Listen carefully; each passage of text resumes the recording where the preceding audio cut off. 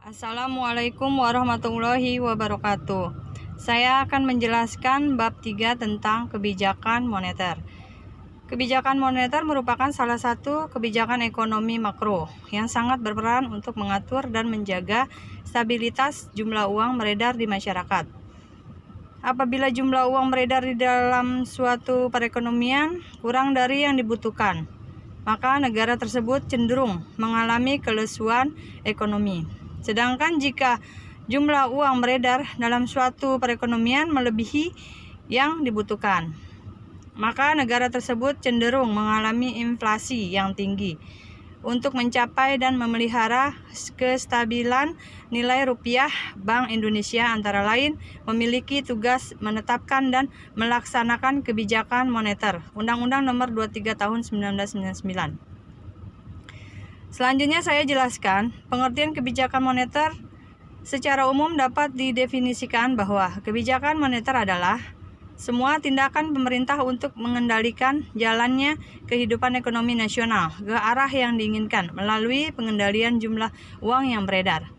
Kebijakan moneter merupakan suatu kebijakan yang diambil oleh pemerintah, bank sentral, untuk menambah dan mengurangi jumlah uang beredar.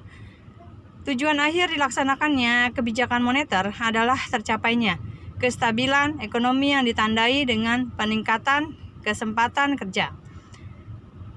Peningkatan kesempatan kerja, kualitas tenaga kerja, dan terciptanya iklim usaha yang sehat sehingga investasi-investasi baru akan bermunculan. Tujuan kebijakan moneter antara lain adalah 1. Menjaga stabilitas ekonomi melalui pengendalian jumlah uang beredar oleh Bank Sentral BI sesuai dengan kebutuhan masyarakat. Akan tercipta suatu keadaan perekonomian yang stabil. Perekonomian yang stabil adalah suatu kondisi perekonomian yang menjamin pertumbuhan ekonomi secara mantap dan berkelanjutan. 2. Menjaga kestabilan harga. Jumlah uang yang beredar di masyarakat sangat mempengaruhi tingkat harga-harga yang berlaku. Dengan adanya pengaturan jumlah uang yang beredar melalui kebijakan moneter oleh bank sentral, tingkat harga dari waktu ke waktu akan terkendali. Apabila terjadi harga stabil, masyarakat akan percaya bahwa membeli barang pada masa sekarang akan sama dengan tingkat harga membeli barang pada masa yang akan datang. 2.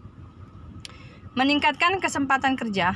Dengan adanya pengaturan jumlah uang yang beredar secara terkendali, diharapkan perekonomian lebih stabil. Jika perekonomian stabil, para investor tidak akan ragu-ragu meningkatkan jumlah produksi, mengembangkan investasi-investasi baru, dan membuka lapangan kerja baru sehingga terjadi peningkatan kesempatan kerja. Memperbaiki neraca perdagangan dan neraca pembayaran luar negeri. Apabila pemerintah melakukan devaluasi, maka harga-harga barang buatan dalam negeri jika dibeli dengan mata uang asing akan menjadi lebih murah, sehingga barang Indonesia dapat bersaing di pasar luar negeri dan akan meningkatkan nilai ekspor Indonesia. Dengan meningkatnya nilai ekspor diharapkan pada memperbaiki neraca perdagangan dan neraca pembayaran luar negeri menjadi surplus. Kita masuk pada jenis-jenis kebijakan moneter. Kebijakan moneter adalah kebijakan pemerintah di bidang keuangan untuk menjaga kestabilan nilai mata uang. Dalam upaya mencapai tujuan-tujuan ekonomi, kebijakan moneter dilakukan oleh Bank Sentral, Bank Indonesia yang dikepalai oleh seorang gubernur Bank Indonesia. Dalam menentukan kebijakan moneter, Gubernur Bank Indonesia akan meminta pertimbangan dan masukan dari Dewan Moneter yang beranggotakan Menteri Keuangan, Menteri Perindustrian dan Perdagangan, serta Menteri Koordinator Ekonomi, Keuangan, dan Industri. Kebijakan moneter yang dilakukan oleh Bank Sentral memiliki beberapa instrumen, yaitu operasi pasar terbuka, open market operation, cadangan wajib minimum reserve requirement, politik discount forage, pengendalian langsung, direct control, dan lain-lain. Selanjutnya adalah jenis-jenis sistem standar moneter. Standar moneter adalah standar moneter atau standar uang adalah alat mata uang sesuatu barang yang dijadikan sebagai dasar dari uang yang diedarkan dalam perekonomian suatu negara. Standar moneter yang digunakan dalam merupakan logam, metalik standar atau kertas paper standar. Standar logam.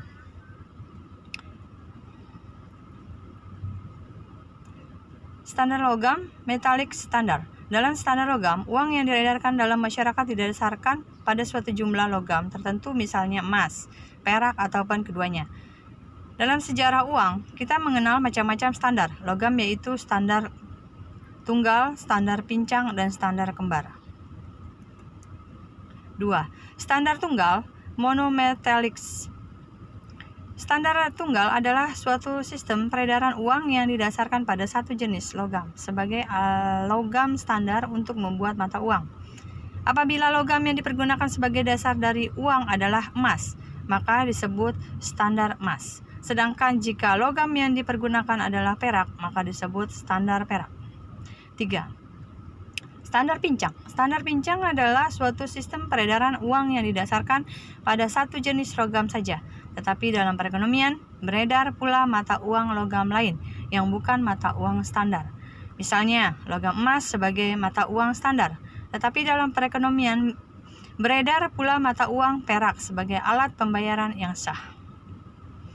Standar kembar, bimetallisme.